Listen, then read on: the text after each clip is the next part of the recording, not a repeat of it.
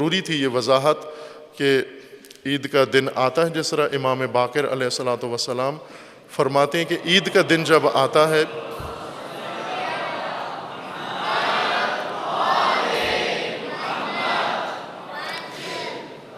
کہ جب عید کا دن آتا ہے تو ہمارا غم تازہ ہو جاتا ہے، ہمارا دکھ تازہ ہو جاتا ہے۔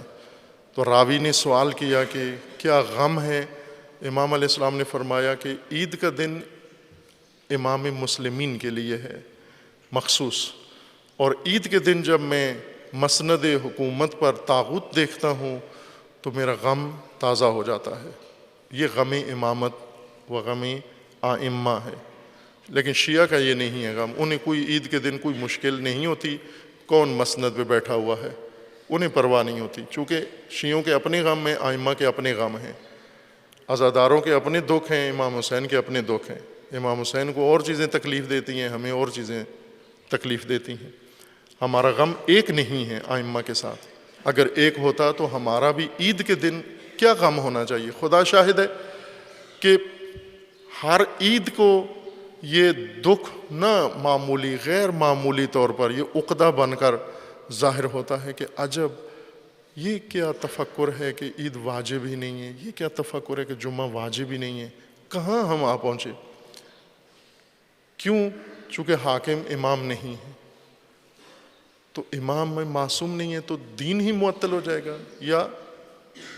اللہ نے اہتمام کیا ہوا ہے امام معصوم کی غیبت کے اندر بھی نیابت ہے، جس طرح ائمہ کے زمانے میں نمائندگی و نیابت تھی، ائمہ کی غیبت کے زمانے میں نمائندگی و نیابت کے ساتھ دین جاری رکھنا ہے۔ خوب اس طرح تو معطل دین کئی ہزار سال گزر جائیں گے اور دین معطل رہے گا، اور پھر کوئی عید ایسی نہیں آئے گی جس میں مومن جشن منا سکے، خوش ہو سکے۔ کون سی عید آئے گی؟ امام تو فرماتے ہیں ہر عید میں ہمارا غم تازہ ہو جاتا ہے، خصوصاً عید قربان جو حاکمیت دین کے لیے ایک بہت بڑا مظہر حاکمیت دین ہے۔ حج حکومتی امر ہے، حکومتی ہے حج، انفرادی نہیں ہے، حکومتی ہے۔ حکومت حاکم اسلامی کی سربراہی اور امامت میں حج ہوتا ہے، حج کے تمام امور، حج کے جملہ امور، لیکن ہم اسی حج پر راضی ہیں اور آسان راستہ ہم نے ڈھونڈ لیا، بجائے حاکمیت قائم کرنے کے دین معطل کر دیا، چونکہ یہ آسان ہے، یہ فتویٰ اس کے لیے کچھ بھی نہیں لگتا، وہ عامیانہ زبان میں جس کو کہا جاتا ہے نہ ہنگ لگتی ہے نہ پھٹکڑی، اگر کہہ دو بھی یہ واجب ہی نہیں ہے چھوڑ دو اس کو، اگر یہ کہنا بھائی ضروری ہے حاکمیت کا اہتمام کرو، کہتے ہیں وہ مہنگا کام ہے، وہ دشوار کام ہے۔ حاکمیت کے لیے کس طرح سے خوب یہ امت اسلامی جب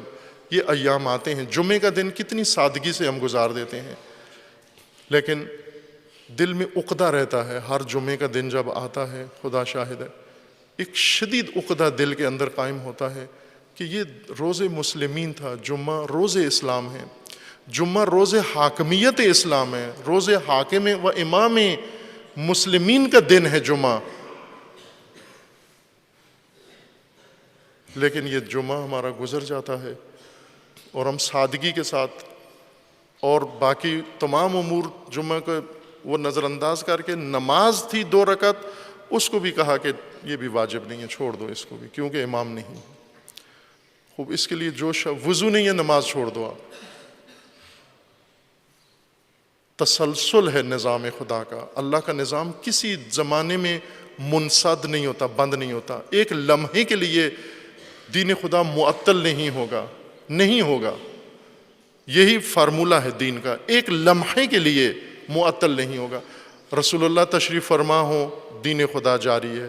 رسول اللہ کی رحلت ہو گئی دین خدا جاری ہے، رسول اللہ کے جانشین موجود ہیں، اقتدار ہے ان کے پاس، دین خدا جاری ہے، اگر انہیں محروم کر دیا گیا اقتدار سے دین خدا جاری ہے، وہ پھر بھی حاکم ہیں، لوگ انہیں نہیں مانتے پھر بھی وہ اللہ کی طرف سے منسوب ہیں، جو اللہ کا منسوب ہے اسے کون معطل کر سکتا ہے، اسے کون کالعدم قرار دے سکتا ہے؟